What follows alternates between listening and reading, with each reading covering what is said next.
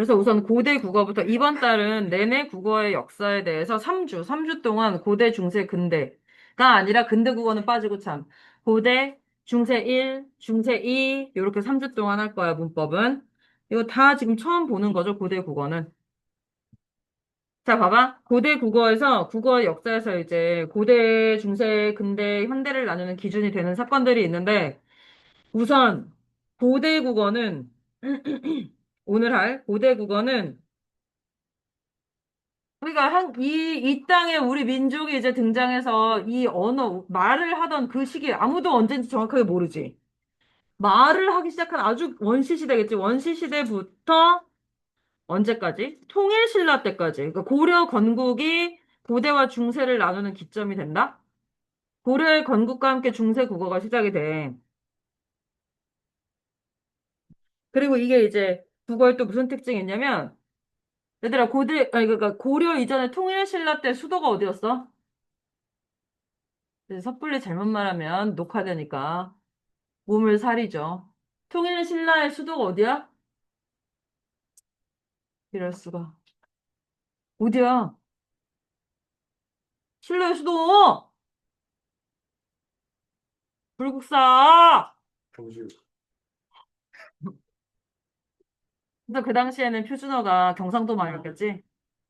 어디든 정치, 경제, 문화의 중심지가 수도고, 수도의 말을 표준어로 삼잖아.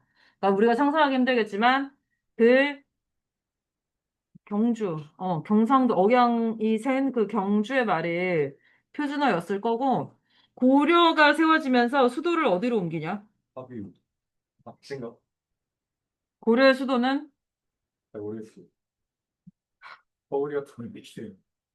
너 내가 이름 부르면 어떻게 되는지 알지? 요거 많이 있어. 벌칙용 어휘 따로 만들어놨어. 겉으로 보기엔 하늘을 보이지만 사실 한 두 개, 세 개 합쳐놓은 거.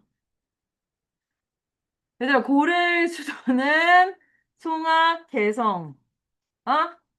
여기 서울에서 차로 한 시간이면 가는 개성인데, 그래서 이게 고려의 건국이 국어에 저게 어떤 의미가 또 있냐면, 표준어에, 중부지방의 말이, 그전까지 경주 남쪽이잖아. 중부지방의 말이 지금까지 표준어가 되고 있는 거죠. 그러니까 개성이나 한양이나 한양, 서울, 조선의 수도는 한양이잖아. 멀지가 않아서 중부지방의 말이 이제 주류가 되는, 계기가 되는 게 고려의 건국이다.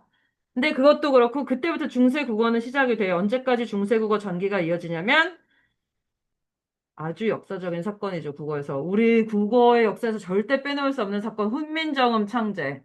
상식적으로 1443년은 좀 외워야 된다. 꼭 본다.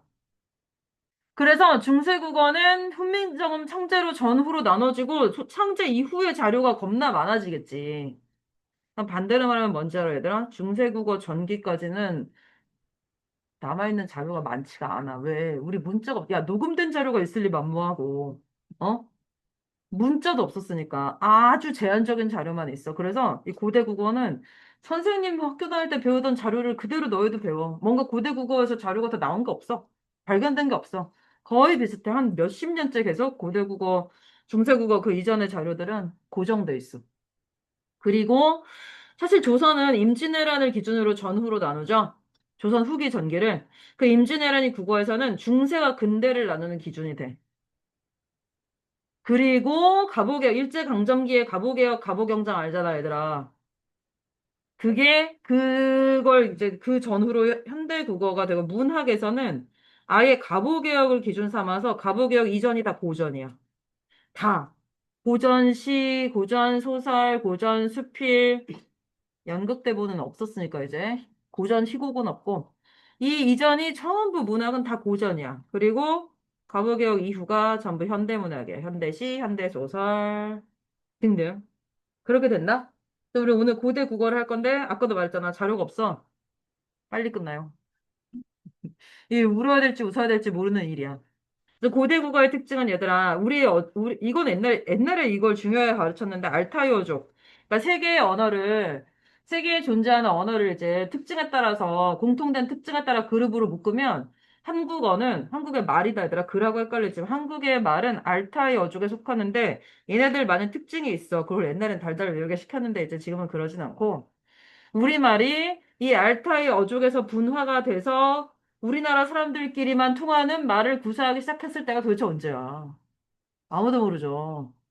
그때부터 통일신라까지니까 얘들아 최소 고조선 때부터라고 쳐도 우리 지난주에 했지. 고조선 단기 지금은 서양의 지금 기원 후니까 기원 후 2025년이니까 예수의 탄생 이후 2025년인데 우리는 그 전에 이미 고조선은 기원 전 몇 년? 1333. 2333년이 더 있었기 때문에 여기 서기 936년에 2333을 더하면 몇이야? 한번 더에 넣는지 모르겠어요. 나도 몰라. 아무튼 3000년이라고 대략 쳐. 고대 국어의 시기는 3000년인데 그동안 글이 없었던 거지. 3000년. 자, 그래서 뭐 그 이후에도 없었고 얘들아. 봐봐. 고려에서 조선 넘어가는 사이에도 글은 없었고 고유의 글이. 그래서 표기 방식은 뭐냐면 훈민정음 창제되기 전까지 그 사실은 얘들아 1443년이면 우리 훈민정음 쓰기 시작한 지 진짜 600년? 엄청 짧죠, 짧죠. 자, 훈민정음 창제 이전까지 우리말을 표기할 때는 가장 가까운 나라의 문자를 빌린 거지. 한자. 한자에 근데 또는 뜻을 빌렸다? 이걸 뭐라고 하냐면 차자라 그래. 차자가 말 그대로 얘들아 차가 빌리다잖아. 니네 건물 주인이면 임대를 해주잖아. 세든 사람을 임차인이라 그래. 임대인, 임차인 이렇게 부르거든. 그래서 글자를 빌려서 찾아야 이건 무조건 한자야. 한자를 빌려서 썼는데 처음에는 단순하게 사람 이름이나 지역 이름을 그 다 고유명사잖아. 이걸 이제 한자로 쓰는 데에서 시작이 됐지만 그럼 너무 약하잖아? 부족하잖아? 그래서 우리말 문장 전체를 표기하는 단계로까지 노력이 있었죠. 근데 아까도 말했지만 이게 한자를 빌리는 거는 두 가지가 A타입, B타입이 있어. 첫 번째, 뜻을 살려 사용하는 경우가 있고 음만 사용하는 경우가 있어. 전자는 뜻, 훈자를 교훈 할 때 훈자 있잖아. 가르칠 훈, 가르치lun이 아니라 뜻. 그래서 훈차, 뜻을 빌렸다. 이게 전자, 앞에 거. 그다음 후자, 뒤에 나오는 건 음을 빌려서 음차. 지금은 다 음차야, 얘들아. 그 니네 이름 다 한자잖아. 다 한자잖아. 음으로 읽잖아. 그래서 내가 니네 이름 뜻을 모르잖아. 이름은 한자인 거 아는데 양서연 무슨 서에 무슨 연인지 뜻을 몰라. 왜? 뜻으로 안 읽으니까. 음으로 읽으니까. 이게 음차야. 지금 압도적으로 음차죠. 뭐 선생님, 학생, 뭐 책상, 오늘 뭐야, 일요일 이런 거 전부 한자인데 전부 음으로만 읽잖아. 그래서 다시 한번 봐봐. 훈차는 뜻을 빌리는 거야. 그래서 이렇게 쓰고 물이라고 읽는 거야. 한 번도 생각 안 해봤죠? 이거 우리는 수라고 있잖아. 어? 수돗물 할 때 수잖아. 근데 옛날 사람들은 이걸 물이라고 뜻을 빌리는 경우에는 이렇게 쓰고 물이라고 읽은 거야. 그리고 이건 우리한테 익숙한 음차. 음차는 음을 빌리는 거고 그래서 이렇게 적고 수라고 읽는 거야. 그래서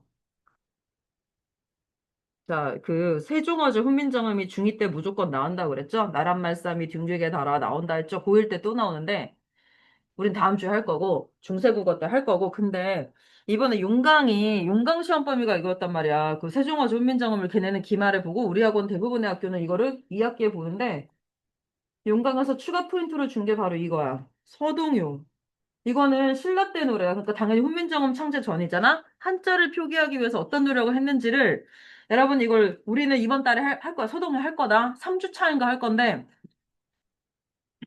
그 전에, 그때는 이제 한글로 번역된 거 내용을 볼 거고, 서동이라는 사람이 지은 노래야. 근데 이 노래에서 이게 이제 신라 때 노래라 형찰이라는 걸로 기록이 돼 있어. 형찰은 한자의 음과 뜻을 빌려서 우리말을 좀 완벽하게 표기하려고 하는 이제 가장 발전된 형태인데, 봐봐.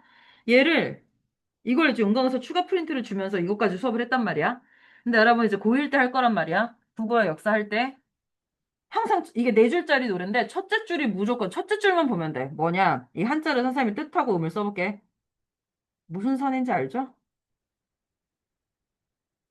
침묵하는 거 봐. 잘 모르겠어요. 차칼선. 이것도 모른다고? 예리하게는 시끄러. 이름 불러버려. 차칼선의 꽃화. 공공. 그 다음에 님주, 주인주, 또 님주.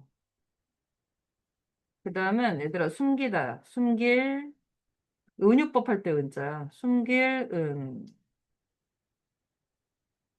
이렇게 쓰고 이걸 어떻게 외우냐면 선, 화, 공, 주, 님, 은.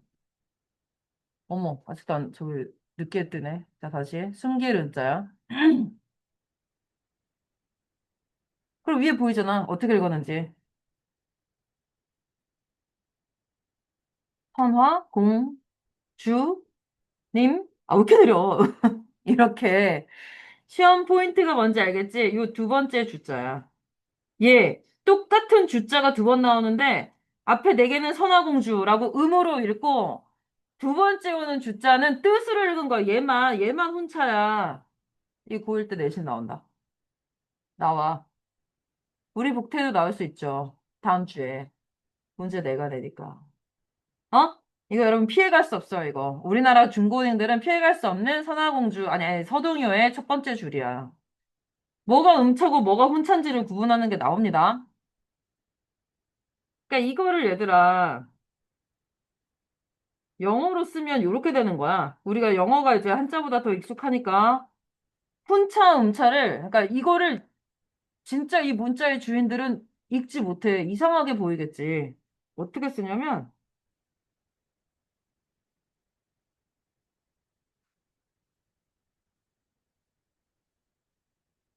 자, 이렇게 쓰고 뭐라고 읽은 거다? 읽어봐. 우리말로 읽어봐. 나는, 아, 그리고 나는 한국인이다 라고 쓴 거야. 근데 원래 영어들은 어떻게 해야 돼?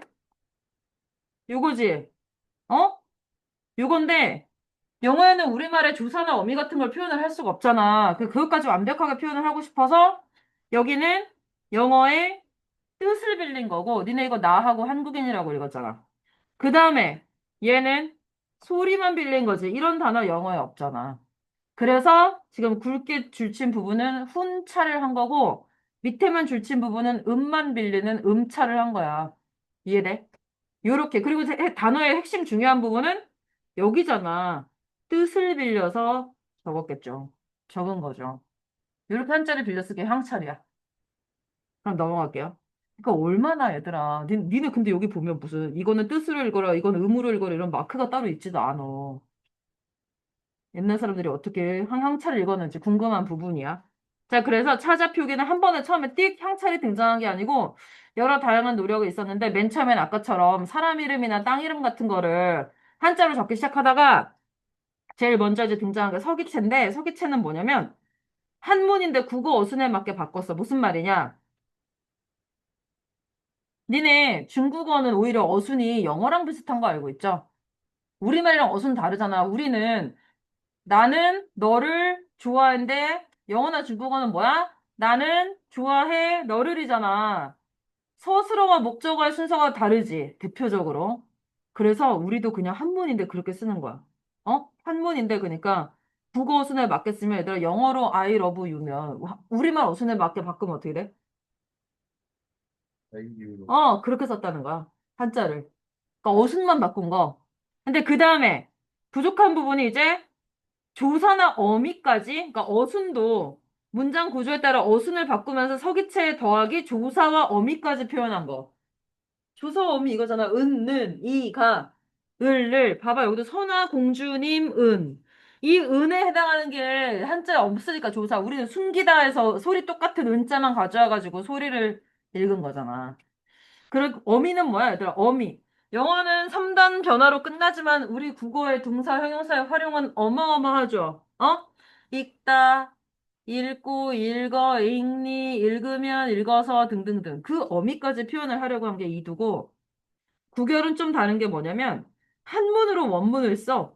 그리고는 차자 표기로 토를 달아. 그러니까 이게 선생님이 쓴 요거랑 똑같지. 이렇게 I'm Korean이라고 쓰고, 원문을 쓰고, 그 다음에 차자 표기 시스템으로 위에처럼 토를, 주석을 달아놓은 게 구결이고, 마지막, 향찰이 아까 말한 한자의 음뜻을 빌려서 전면적이란 말을 기억하면 돼.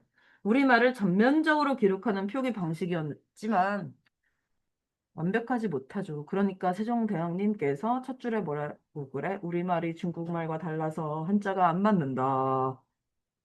이러셨죠?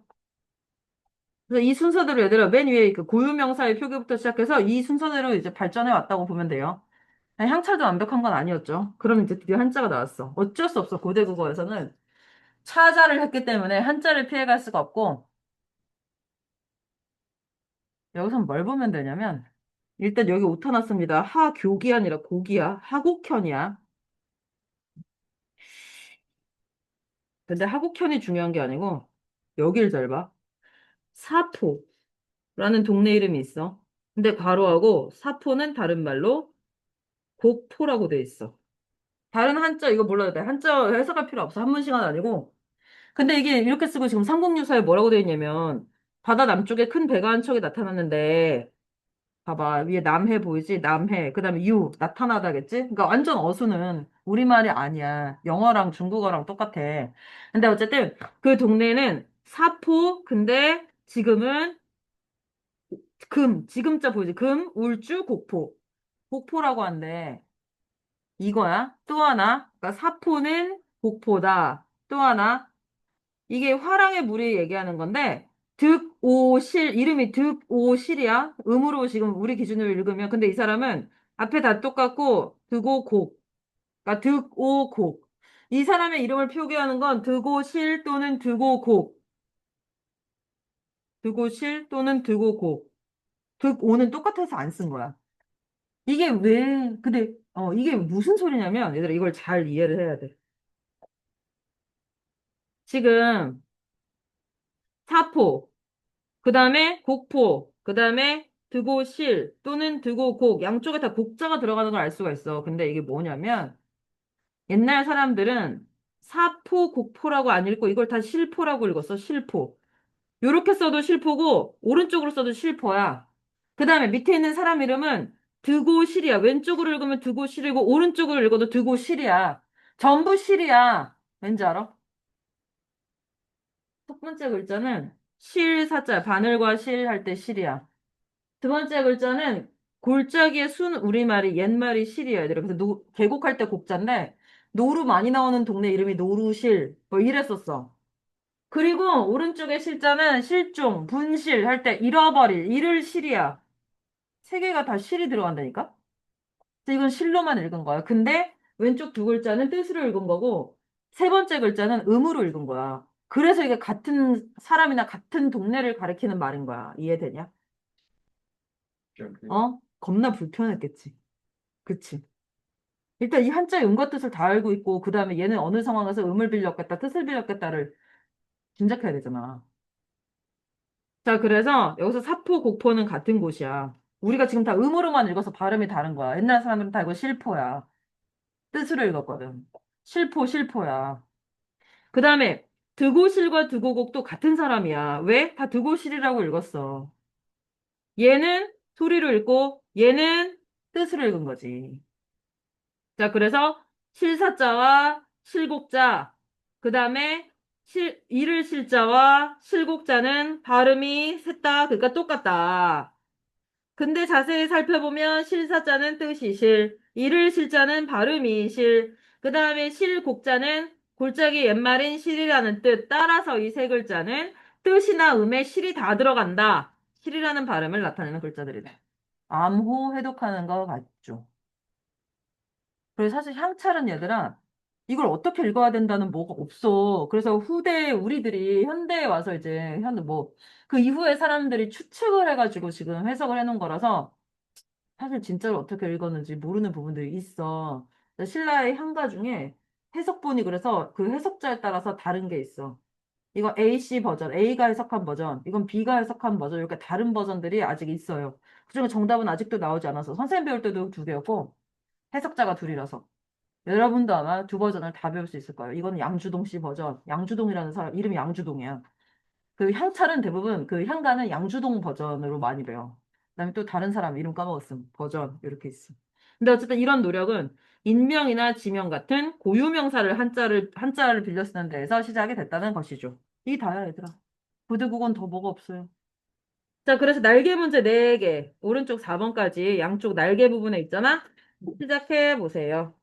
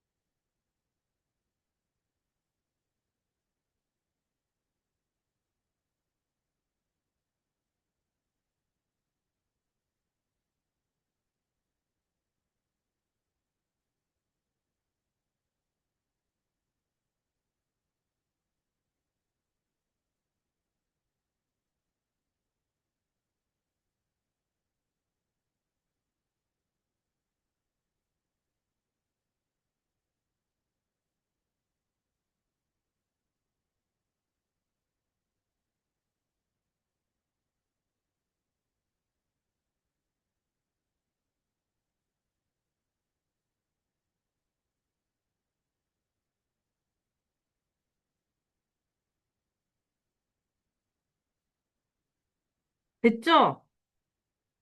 1번은 뭐야? 고유명사죠? 고유명사를 표기하는 것에서부터 시작됐고, 2번은 여러분 몰랐겠지만, 이건 모르고. 잘 생각해봐.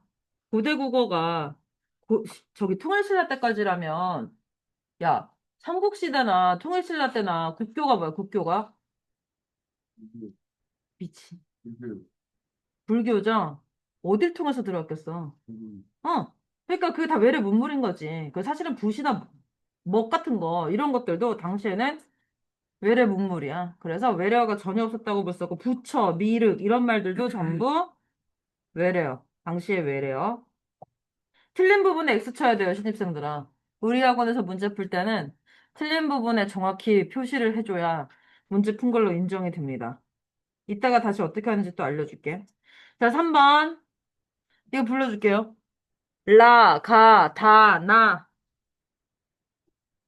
그리고 4번은 서기체. 그치? 서기체. 됐습니다. 17문제를 풀어봅시다.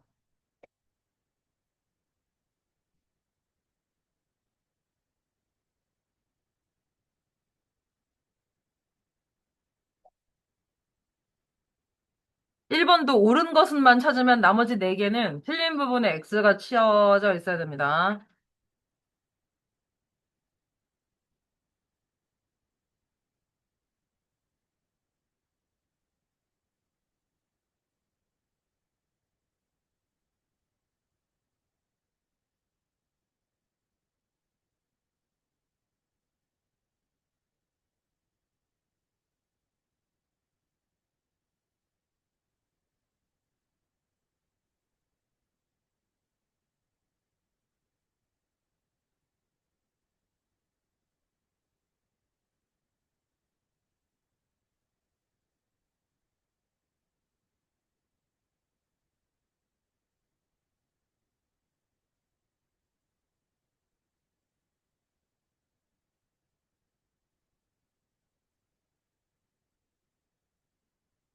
응?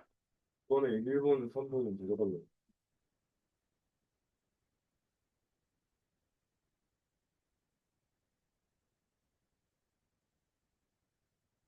같은 얘기인가 보지. 몰라.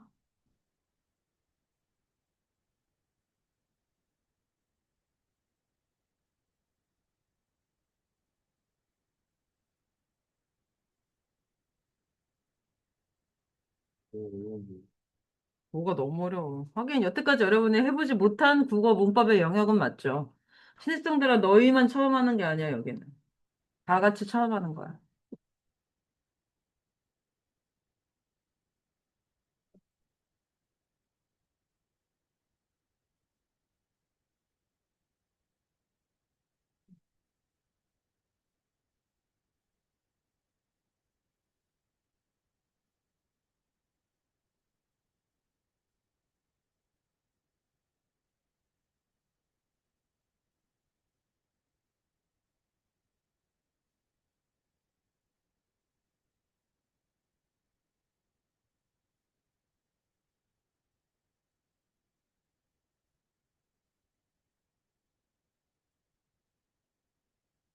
7번에 5번 보기가 그 경금일 때 뜻이 금이면 맞지 않나? 뭔 소리인지 모르겠습니다. 답을 딴거 같긴 하거든요. 음,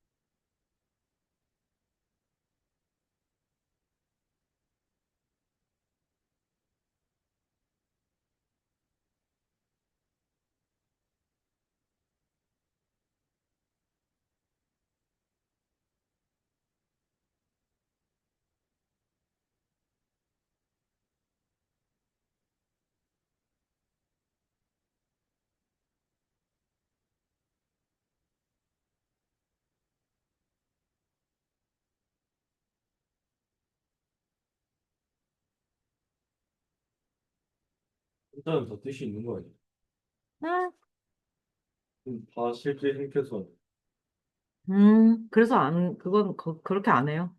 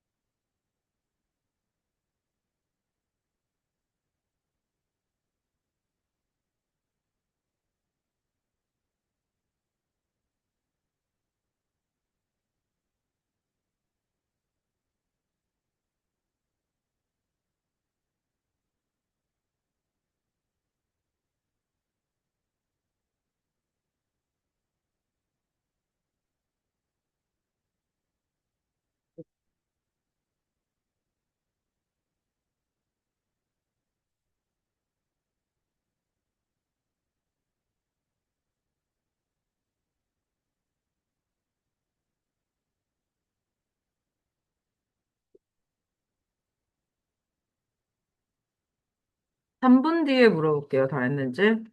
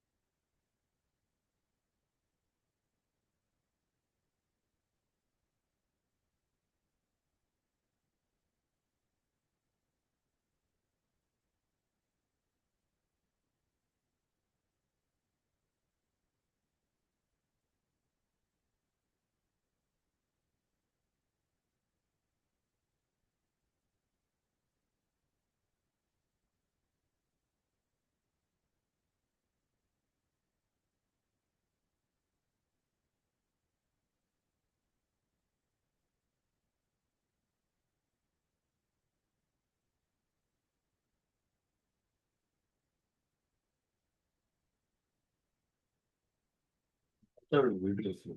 안 됐다.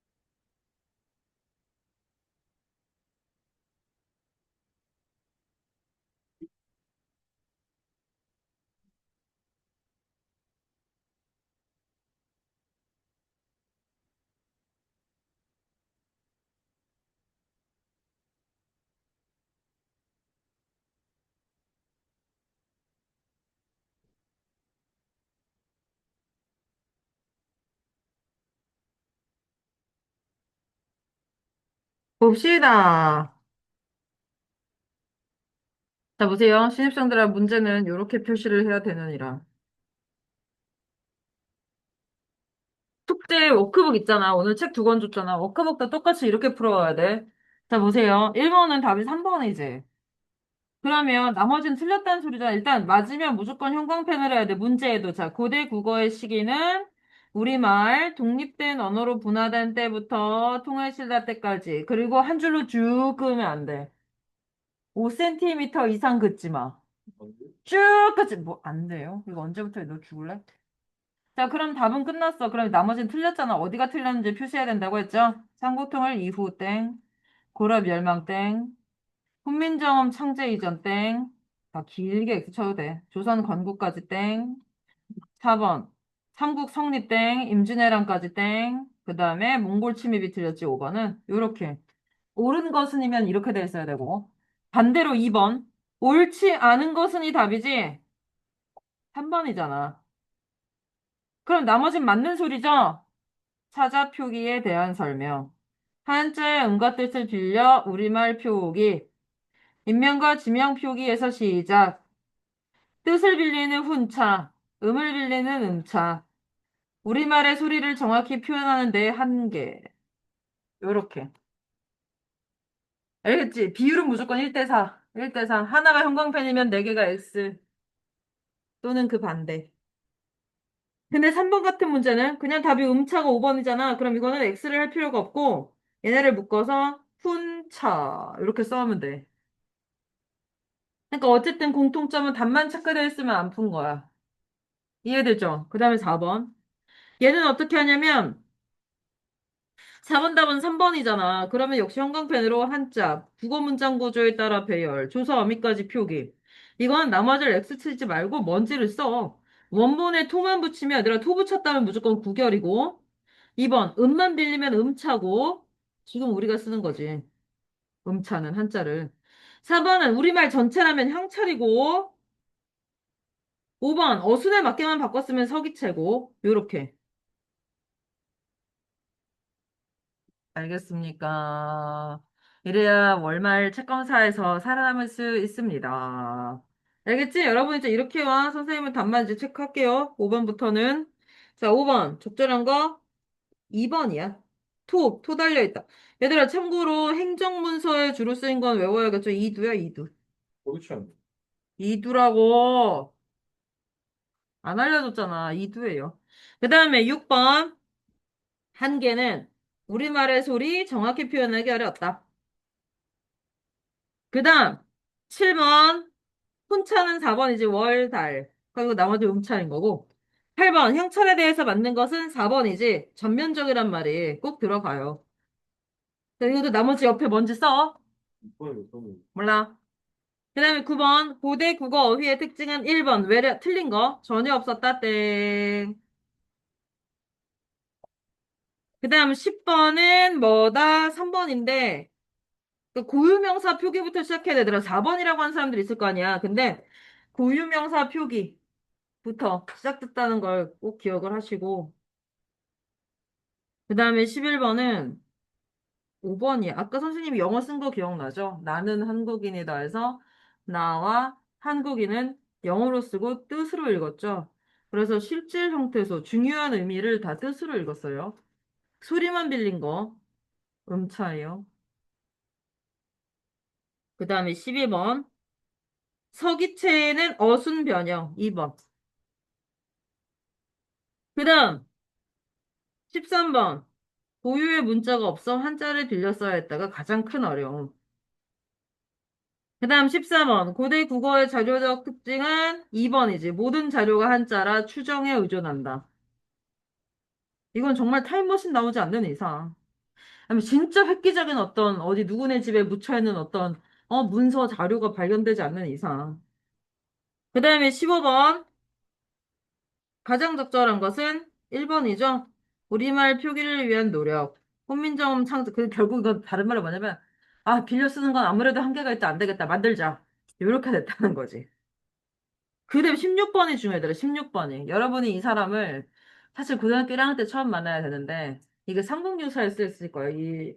이 소나 혹은 금천이라는 사람은 백성군 사산 사람이다. 라는 구절이 있어. 근데 이거 같은 사람 이름이란 말이야. 그럼 내가 또 한자가 뭔지 알려줄게. 봐봐. 추리력, 논리력 발휘해봐. 이거는 희다 소자야. 귀신 입는 거 소복이잖아. 하얀 옷. 힐소. 어찌 나야. 어찌 나. 밑에는 알지? 쇠금. 무슨 천자야? 예천. 그치? 공통된 거 보여? 이거 같은 사람 이름이야, 얘들아. 같은 사람 이름을 이렇게 썼어. 발음은 소나부터 쇠네 사이에 그 뭐겠죠? 얘들아, 이 사람의 이름을 쓸 때 위에처럼 쓰면 음으로 읽은 거야. 이 사람 이름은 소나. 근데 밑으로 쓰면 뜻으로 읽은 거야, 쇠네. 정확한 발음은 아무도 모르죠. 아까도 말했지만 녹음된 자료가 없잖아. 그러니까 소나나 쇠네나 그 사이에 뭐 섞어가지고 소네나 아니면 쇠나나 뭐 아무튼 그런 이름의 사람인데 표기를 이 두 가지 방법으로 했다고. 답은 1번이겠죠? 소리를 빌린 거죠? 소나라고 읽은 건? 추정이라고 돼서 발음은 추정이야. 금천으로는 절대 읽지 않았어. 소나나 쇠네야. 이분이, 보일 때도 여러분 만날 사람이야. 그 다음 17번. 옳지 않은 것은, 얘들아, 고유한 문자책을 뭘 보완해 있지도 않은데. 4번이죠. 됐지? 그럼 원래, 지금 독서 퀴즈를 봐야 되지만 우리는 영상을 찍고 있으니 문화까지 다 하고, 그 뒤에 보겠습니다. 어차피 다 합쳐봤자 8줄밖에 되지 않습니다. 아주 짧아요. 매우 여유 있을 예정. 그래서, 공무도하갑부터 보겠습니다.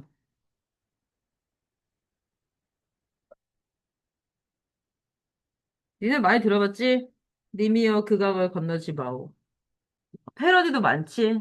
선을 넘지 마오. 뭐 하지 마오. 전부 공무도화가에서 온 거거든? 근데 이제 그 전에 고대 가요를 좀 볼게요. 고대 가요란, 야, 가요라고 해서 케이팝으로 하는 인간들 있죠. 아니야. 그냥 모든 시들을 묶어서 가요라고 불러. 민요 할 때 요자. 근데 노래, 그러니까 노래인데, 삼국시대를 포함해서 삼국시대 이전이라 이제 삼국시대 이하, 아니 이하가 아닌데.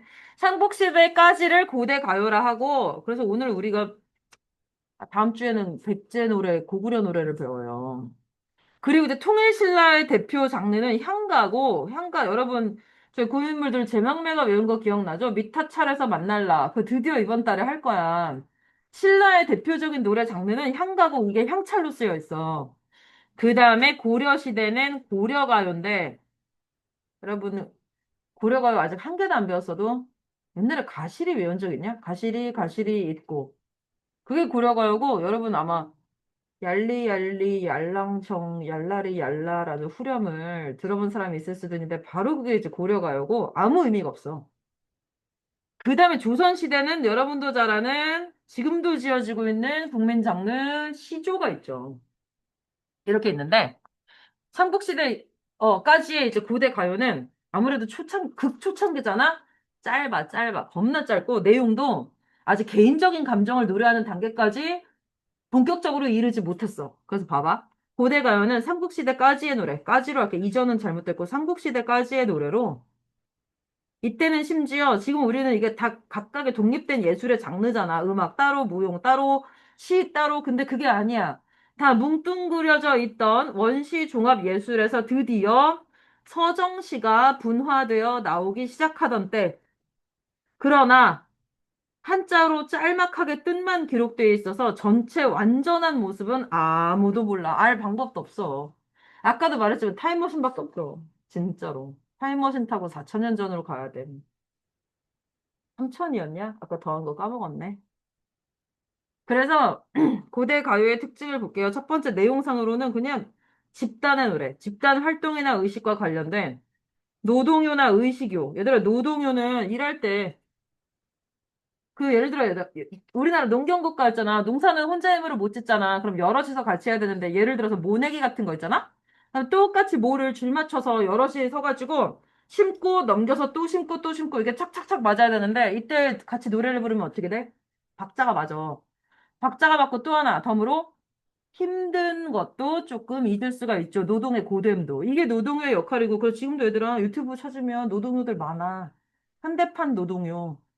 한 시간짜리 막 이런 거 있어. 근데 진짜 옛날 노래가 아니고 얘들아. 이마트 노래 이런 거 있잖아. 그 막 뭐, 랄랄랄 뭐 이렇게 가사 뭐 아무튼 그런 거 있잖아. 그거를 한 시간을 틀어놓고 재생 속도 1.5배, 2배로 해놓으면 방 치울 때 좋다. 뭐 이런 댓글들이 달려있지. 이 속도가 저절로 빨라진다. 있음 진짜. 그 의식이오는 얘들아 어떤 뭐 제사를 지내든지 뭐 그런 의식을 치를 때 이제 부르던 음악이 빠지면 섭하잖아. 그런 노래들이 있었는데 이후 개인적인 감정을 노래하는 시들이 서서히 등장하기 시작했고 그래서 우리가 오늘 배울 공모도화가도 최초의 우리나라에서 가장 오래된 서정시 얘들아 고조선을 이길 순 없어. 4천 년 전을 이길 수는 없어. 그래서 그 서정시로 이제 여겨지고 있고 배경설화가 있어요. 왜냐면 노래가 너무 짧다 보니까 이거 노래만 보고 이거 뭔 소리야 이렇게 되거든. 그래서 뒤에 배경이 되는 이야기가 있다. 그래서 오늘 구지가랑 공모도화가 다 있다. 그 다음에 형식상의 특징은 아까도 말했지.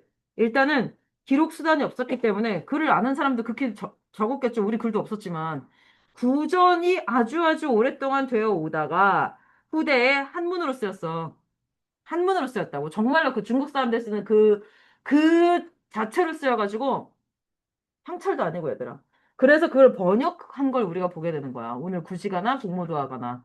또 하나, 형식적 특성, 그러니까 정해진 형식이 있는 건 아니지. 뭐 시조처럼 3장 6구 45자 대회 이렇게 정해진 건 아닌데 되게 네 줄이 많아. 짧아. 그래서 오늘 선생님 말했잖아. 시 두 개 합쳐서 8줄이라고. 전부 짧아. 자, 그럼 고대가의 의의. 최초의 서정시가 형태가 등장했으며 2 곱하기 4 또는 4 곱하기 2의 초기 단계 형식. 왜? 주요 작품. 오늘 할 두 개. 공, 무, 도하, 가는 고조선. 부지가 가락국, 가야, 가야. 이게 집단적인 노래야, 얘들아. 개인적인 노래 사이에 구지가 집단적인 노래가 섞여 있고 또 있어. 황조가, 얘들아, 황조는 노란새죠. 바로 꾀꼬리인데 유리왕은 누구 아들이야? 고구려의 왕, 누구의 아들?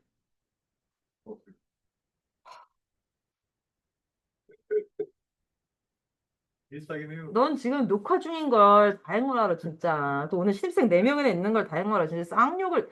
지난 주말에서도 이건 죽었다. 아니, 기다려. 아니 왜요? 얘들아, 유리왕은 누구의 아들? 이정환 뭐 재승이 아니 비슷하긴 해요. 내가 말했지, 초등 졸업장 박탈해야 돼. 이런 것들은. 주몽이죠? 아, 고구려의 시조 주몽의 아들이 유리왕인데, 어디서 초등학교 나왔다 하지 마라. 자, 유리왕이 어떤 슬픔을 노래했냐면, 아까 말했잖아. 노란색 꾀꼬리라고. 딱 그냥 이걸로 압축할 수가 있어. 꾀꼬리도 커플인데. 이거야. 갑자기 확 관심이 생기죠, 여러분. 내 얘기 같고. 다음 주에 어차피 하게 될 거고. 그다음에 해가는 바다 해자인데 이것도 또 집단적인 노래고 이건 신라의 노래야. 지금 고구려 백제 신라 다 나온다. 고조선부터 가야 막. 신라 때 무슨 노래냐면 왜 옛날 신화들 보면 지금 기준으로 볼 때 막 무슨 범죄 뭐 그런 저기들이 되게 많잖아. 이것도 무슨 수로 부인이라고 미녀가 있었나 봐. 근데 바다의 신이 예쁘다고 바다로 잡아가가지고 우리 수로 부인을 돌려내라는 어? 협박하는 노래가 있어. 그리고 이제 우리가 다음 주 2주차에 외워야 될 시 정읍사는 정읍 알지? 지금도 있어. 전라도 정읍.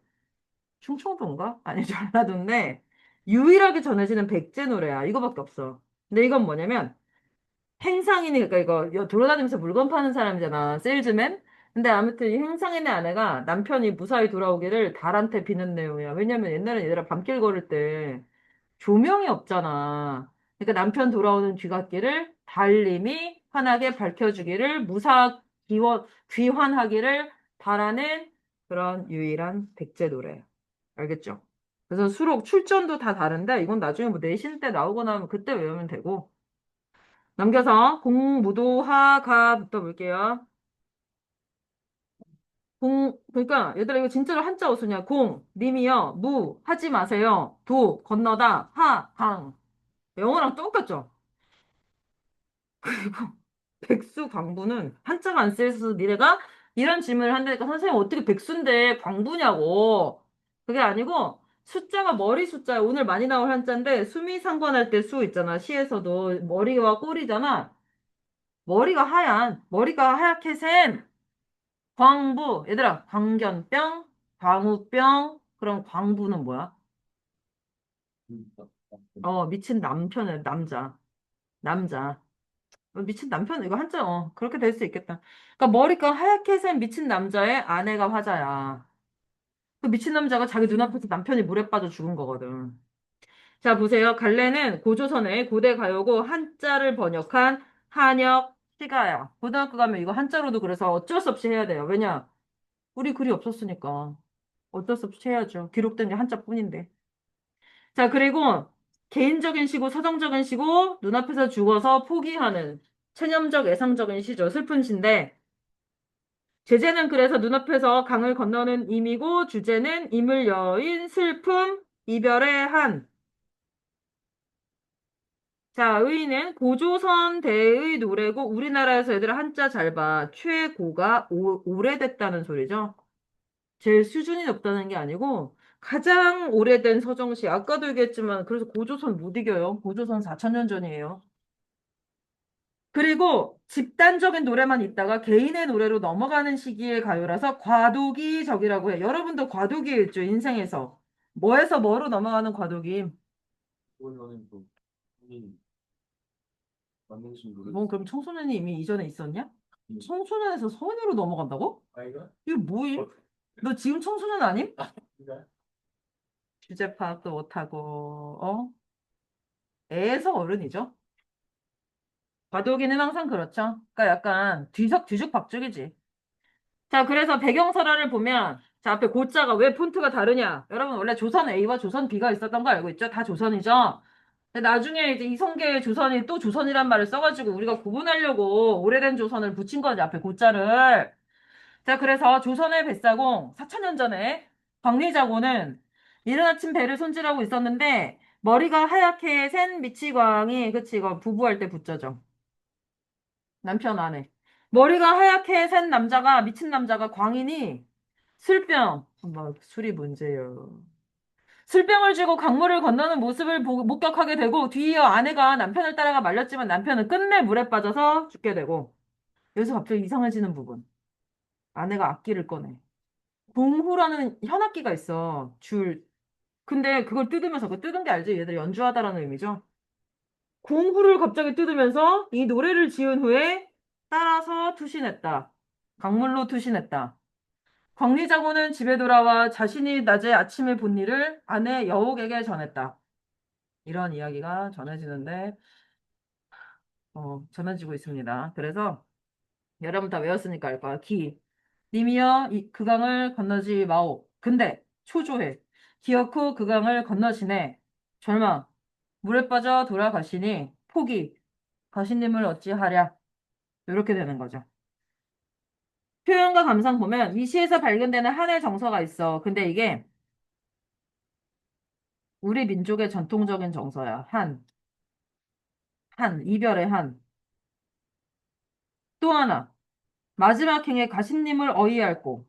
이런 대응 방식도 굉장히 소극적이잖아. 어쩔 방법, 물론 죽은 사람은 진짜 살릴 수 없지만, 전통적으로 자주 등장하는 표현 방법이야.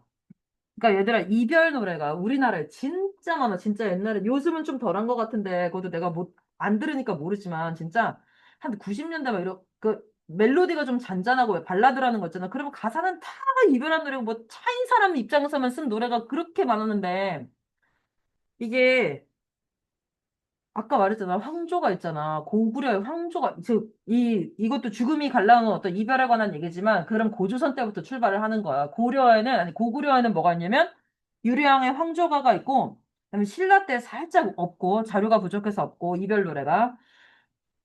고려에 가실이라고 있어. 가시렵니까? 나를 두고 가시렵니까가 있어. 그리고 조선으로 넘어오면 우리가 다 아는 무슨 노래가 있어? 이별 노래? 아리랑이 있어. 저주하는 노래 있잖아. 나를 두고 가면 1시간 안에 십리도 못 가서 너는 안진뱅이가 된다. 너는 다리를 못 쓰게 될 것이다. 그리고 현대시로 넣으면 뭐가 있냐면 진달래꽃. 나보기가 역겨워 가실 때에는 이렇게 이별 노래가 시대별로 대표 주자들이 있어서 얘네들은 한 가족이야. 무슨 말이냐면 하나가 시험 범위에 들어가잖아. 나머지 애들이 시험 문제 같이 나와. 또는 프린트로 나올 거야. 그렇게 이별의 정서는 우리 민족이 아주 즐겨 노래하는 소재라는 거, 감정이라는 거 알아놓으시고 그 다음에 여기서 물 있잖아. 물은 인류 공통으로 사람이라면 다 두 가지 이미지를 물에서 느껴. 첫 번째는 뭐냐면 생명이지. 얘들아, 물이 없어도 죽어. 근데 많아도 죽어. 빠져 죽어. 그러니까 물은 얘들아, 우린 다 사실 엄마 뱃속에서부터 물 속에 둥둥 떠 있었잖아. 생명이면서 죽음을 의미하거든? 근데 재생의 의미까지. 그래서 왜 뭐, 저기 뭐 성수 같은 거, 다시 태어난 성수. 그래서 이 물은 여기서 백수 강부가 물에 빠졌다는 것은 낙원으로 돌아감, 낙원으로 감, 이라는 의미로 해석할 수도 있다고 해요. 그다음 마지막 작가는 백수 강부인데 이게 그 선생님 고등학교 때는 어떻게 배웠냐면 아니 남편이 죽었는데 아내가 갑자기 악기 연주를 하는 게 너무 이상하잖아. 그래서 뭐라고 배웠냐면 무슨 썰이 유력했냐면 아내가 여욱이 이제 남편의 그 목격담을 듣고 자기가 이 노래를 지어서 불렀다. 공후를 꺼내서 이 시를 읊은 사람은 광리자고의 아내 여옥이다. 이렇게 배웠거든. 근데 그 사이에 바뀌었네. 배경설화로 볼 때 백수광부의 아내가 원작자인 게 맞다. 라고 지금은 이게 통설이 되었습니다. 알겠죠? 여옥은 그냥 그 얘기를 남편이 전해준 이 시를 널리 퍼뜨리는 역할을 한 사람인 거죠. 창작자가 아니라. 자, 날개 문제 5개 시작!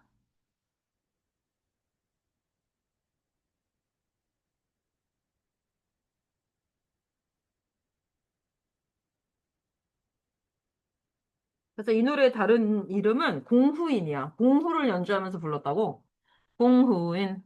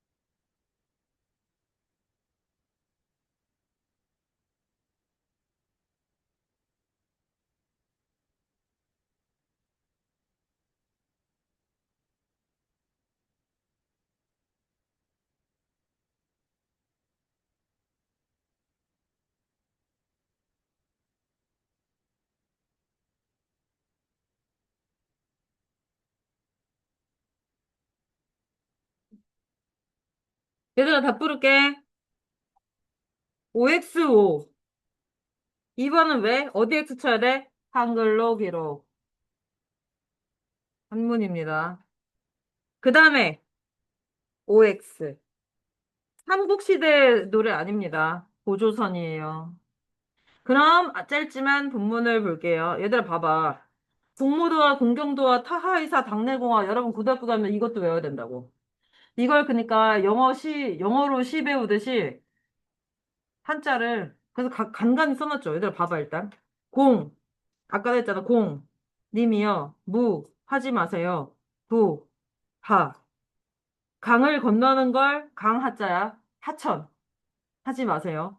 공 님은 경 기어코 도하를 하시네. 강을 건너시네.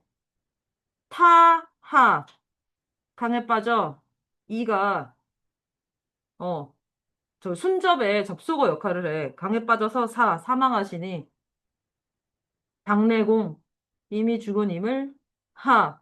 얘들아 강 하자가 아니야. 잘 봐. 부수가 달라.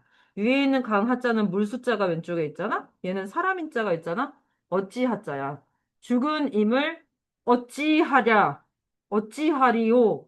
라는 거고 이걸 이제 발음이 아니라 잘 보면 라임 어떻게 맞췄냐면, 이 한시는 아로 끝나죠? 아로 끝나는 한자를 맨 끝에 배열해가지고 라임 맞춰놨죠. 자, 내용을 보면, 이미연 물을 건너지 마. 아까 이거 뭐라고? 애원. 또는 이제 말릴 때 만류라 그러죠? 애원과 만류야. 제발 그러지 말라. 만류. 근데 기어코 물을 건너신다. 초조함이지. 제발 무사히 건너기를 바라고 있겠죠, 여기서는. 물에 빠져 돌아갔다는 건 절망이고, 죽었고, 가신님을 어찌할꼬라고 하는 건 체념이죠. 희망이 없어. 되살릴 방법이 없죠. 이 그쵸. 넘겨서 문제를 풀겠습니다. 아홉 문제.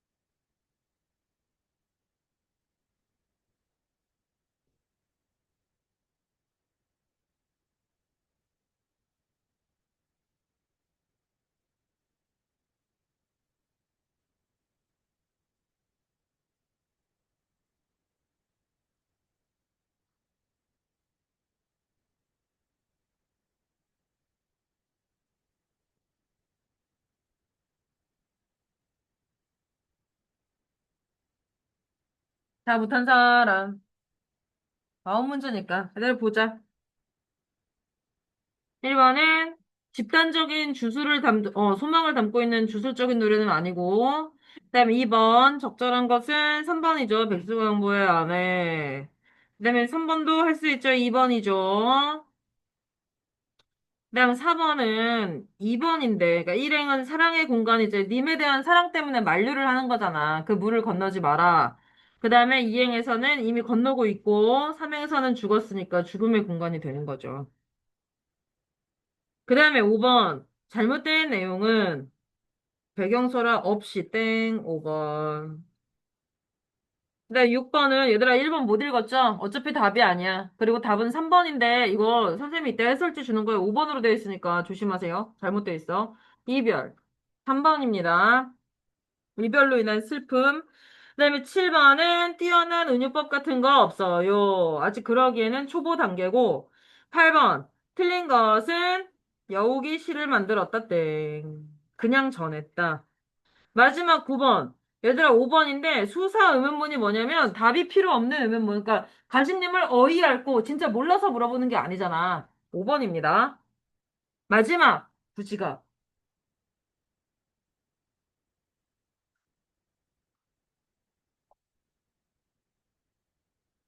이 부지가는 몇 년 전에 응, 뉴스에 나온 적이 있는데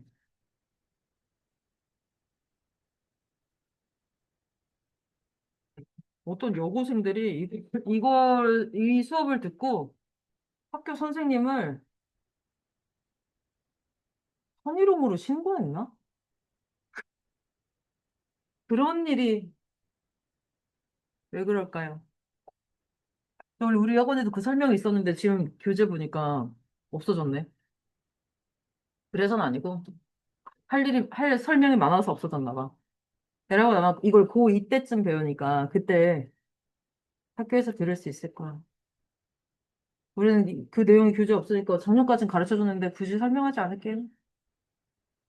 자, 구지가 보세요. 이 구는 거북이. 거북구자고 구가는 저기 뭐야. 9명의 뭐라고 해야 돼? 족장? 부족장? 뭐 약간 그런 느낌. 9명의 그 우두머리를 비롯한 그 현재 김해 지역에 김해 부산에서 가까운 김해 있잖아. 그 지역의 사람들이 우리에게 리더를 내려달라고 하늘에서 우두머리를 내려달라고 빌면서 부른 주술적이고 직단적인 노래가 구지가야. 자, 고대 가면서 역시 한자로 쓰인 걸 번역한 한역시가고, 집단적 주술적인 노래인데, 그러니까 서정적은 틀렸어. 이 노래는 서정적인 게 아니라, 서정의 정이 얘들아 정서거든. 그 개인의 정서가 아니라, 집단의 희망을 담은 노래야. 주제는 수로왕이 강림하기를 바란다. 근데 처음부터 이제 우리한테 수로라는 왕을 내려달라가 아니라, 왕을 달라 해서 왕이 정말 생겼는데, 이제 그 왕이 수로다. 이렇게 된 거야. 자, 의인은 현재 전해지는 가장 오래된 집단, 야, 얘들의 무자가 무당 알지? 무속신앙. 무속적인 그 소원을 담은 노래이면서 노동요야. 배경서라 보면 알아. 무슨 노동을 하면서 불렀는지. 자, 출전은 가락국, 가야. 가락국기, 가야편에 실려있는 노래고, 내용 정리를 보면, 배경설화. 이제 중국 기준의 후 한나라 시절에, 광무제 시절에, 구지봉이라는 봉이 있었는데, 봉우리야, 봉우리.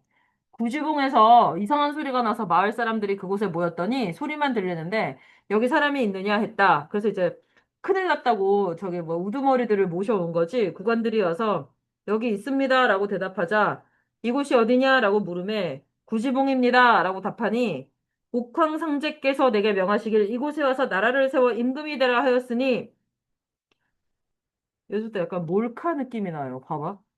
너희들은 구지봉에 흙을 파면서 거부가 거부가 머리를 내어라 내밀지 않으면 구워서 먹으리 하고 노래를 부르며 춤을 춰라.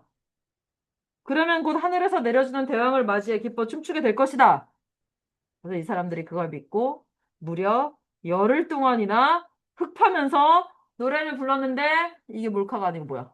자, 근데 진짜로 하늘에서 황금알 여섯이 내려와서 각각 사람으로 변했고 그중에 맨 처음 태어난 사람의 이름이 수로인데 이름도 얘들아 그러니까 수가 머리수고 아까 백수 광고할 때 그 수고 로가 드러내다야.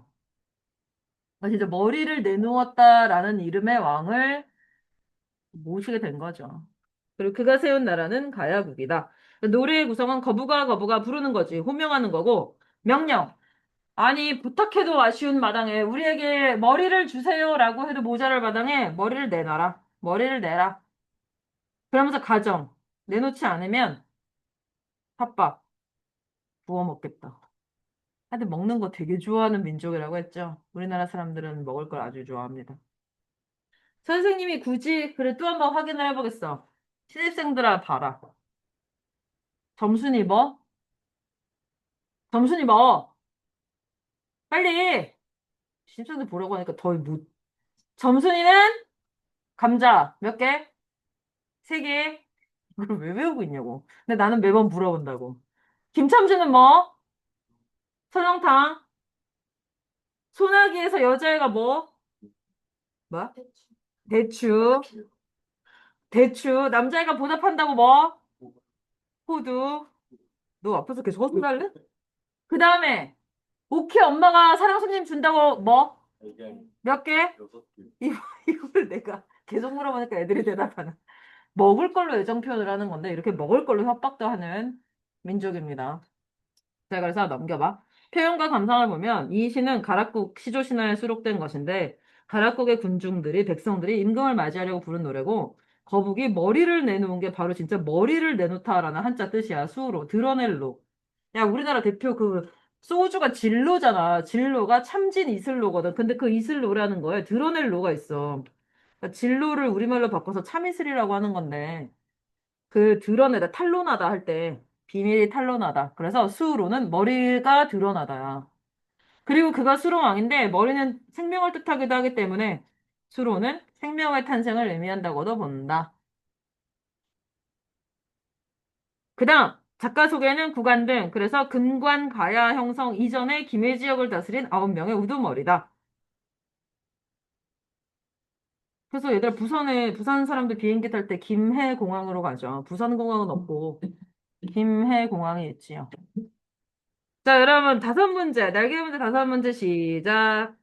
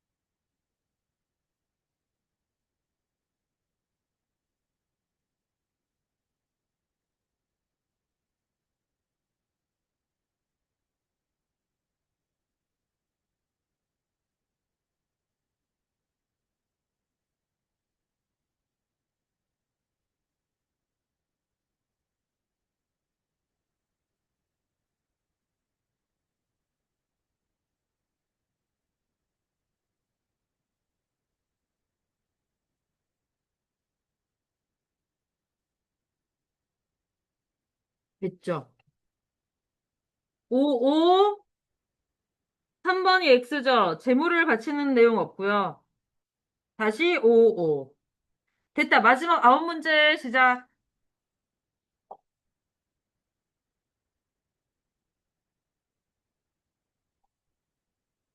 아니, 근데 내용 안 했잖아. 그치? 또 내용 안 해놓고 봐봐. 선생님이 자꾸 내용 한 줄로 착각을 한다니까 너무 짧아서. 일단 12쪽을 보면, 근데 진짜 쓸 게 아까 그거밖에 없어. 구하가 거부가 거부가지, 호명, 부른다. 그러면서 머리수, 숙이, 현, 얘들아 현이 이제 출현 할 때 머리를 보여달라. 마지막에 야자는 그냥 어조사라 빼도 돼. 빼도 뜻이 통해. 머리를 보여라. 그래서 명령, 만약, 약, 불현, 안 내놓으면 가정, 번작, 불에 구워서 아까 요거 우리 공모도화가에서 봤지? 엔드였지? 어? 이 있잖아 엔드라고 쓰여 있었잖아. 그래서 불에 구운 다음에 끽 먹겠다. 협박.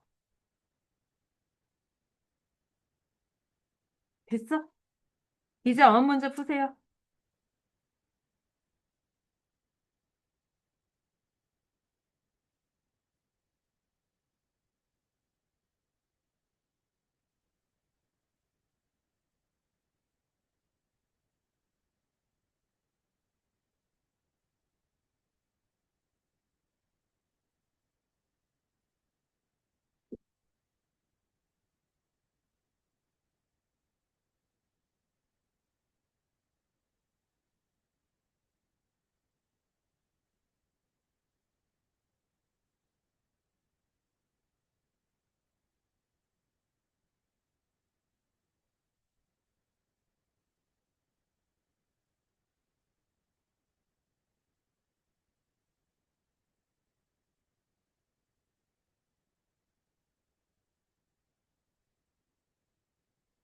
바로 길이가 뭘? 아무 뜻 없어. 아, 여기서 그래서 니네 못하는 문제. 얘들아, 8번 하지 마. 8번은 뭐가, 선생님 볼 때 뭐가 빠졌거든? 8번은 생략하세요. 8번 하지 마.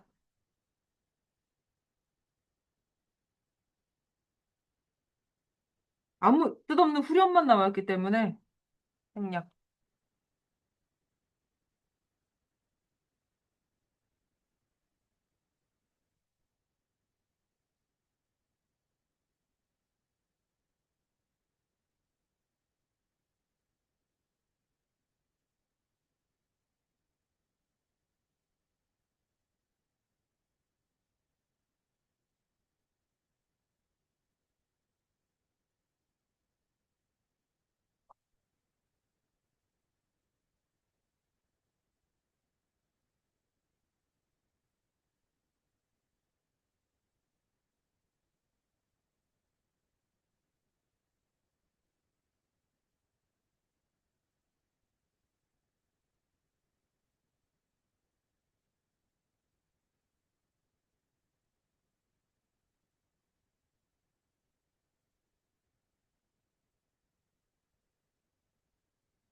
됐죠? 어렵지 않죠? 가 아니라 어쨌든 문제 적죠? 자, 이 시의 갈래로 틀린 것은 개인적 서정시 땡. 그다음 2번. 작자는 누구다? 2번. 구간을 비롯한 가락국 사람들. 3번. 이거 외워야지. 삼국유사. 삼국유사 일연. 그 다음에 4번. 거북은 소원을 비는 존재니까 2번이지. 비록 태도는 이제 협박하고 있지만 어쨌든 아쉬운 건 이 가락국 사람들이야. 5번 답은 1번이고요. 그 다음에 6번. 배경설화가 틀린 거는 왕이 직접 뭐 자기가 자기를 내려달라는데 말이 돼? 4번이고 7번은 개인적 서정성. 그러니까 얘들아 여기서 현실적 실용성은 뭐냐면 진짜로 왕을 우리한테 내려주면 도움이 되잖아. 그 얘기고 8번 됐고 9번은 강압적, 위협적. 질문! 그러면 여기까지 하고 이제 시험을 보겠습니다.